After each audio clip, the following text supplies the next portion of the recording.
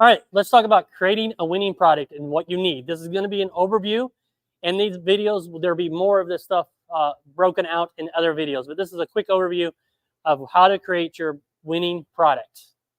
So let's talk about it. Research, understanding your customer needs. So do some market research. Find out, get on the web. It's easy to do. You go find out if people are interested in microgreens. You can use Google Trends to go search that. That's in a video also. How to do that exactly, but use that to find out how many people are interested in microgreens in your area. And then you'll know what they want. Go on Facebook, go on foodie groups, do what you need to do. Do some research. You don't even have to leave your house these days to do this research. But if your research is what you want to do, find out if you can get into a farmer's market. Them are the best research you can do because you get to talk to the people and find out what they want. And then you can describe the product and you're out there with your customers. So I highly recommend getting out there too. But you can do a lot of research in the beginning before you even buy anything to grow. You can do all this research. So research, understand your customer needs, and understand what needs you're going to go after. You're going after health, you're going after casual eaters, you're going after vegans. You know, what segment do you really want to hit hard?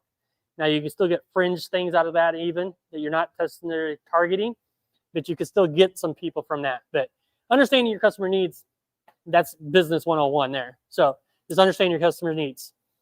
Quality. If you're not growing a quality product, you're not going to stay in business long. So quality product, sell only the highest quality microgreens. I got this underlined because this is important. Make sure you are growing the highest quality microgreens possible. That way you are always growing great product. Let me show you one here. This is the product that we created. It is a veggie confetti. It is a multitude of things. We will talk about this in the courses as well, in lives, if you guys want to know what this is. But beautiful, beautiful product here. This one's almost ready to harvest. And beautiful product. This is what you want your stuff looking like. Look at them cuddling. Look at them leaves. Look beautiful. So that's what you want to be doing. That growing great quality product with no mold issues, as we talked previous, how to prevent that. Everything else. You want to make sure your products are quality. Don't ever deliver non-quality products. If you're going to grocery stores, your products are not looking good in there. Get rid of them before they go bad. That way they're not bad in the customer's fridge, and then they don't want to buy from you. Packaging. So having the right size packaging, we use clamshells. So we use the 16 Slims, tamper resistance. This is the ones that we use. And then we got a 24, same thing. Looks the same. That's for our bigger quantities or our combined layered products. Goes in this as well. That usually the individuals like broccoli, a spicy salad mix, radishes, stuff like that. It goes in there. And then we have a 32-ounce container. This is what we use 4 ounces for restaurants. And then a 64-ounce container that we use 8 ounces for restaurants, and our sunshine sampler that we only have one person left getting because we don't even offer that product anymore. But that's what we use this one for. And these are all tamper resistance. Let me show you a product that is done. So this is product that's done. So that's a clamshell using the right sizes I just talked about. That's what sizes you want to use. We can go more detailed in that if you ask questions in the group. And then your label. So you want a good high quality label. These are water resistant labels. So if water drops on them in a grocery store or wherever, they're not going to run, they're not going to tear, they're not going to look bad.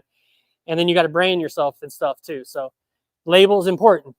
That is also part of your branding, is the label. So you want to make sure you're branding yourself. What is your brand? What is your name? Figure out your name, and that makes your mission. Like, we're itty bitty micro farm. You know what we grow? We grow itty bitty plants. You know, everything we grow is itty bitty. That's why we branded that. The color, the logo, and everything else.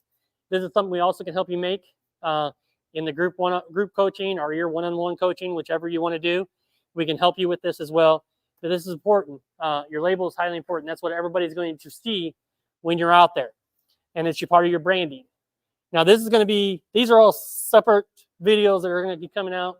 How to research quality, how to grow quality products. We go over that all the time. That's in our how to grows and all that stuff already. The packaging will be a different one. And so will branding will be better, because that's a really detailed video we need to go over of how to brand your products. And we'll get into them in later videos.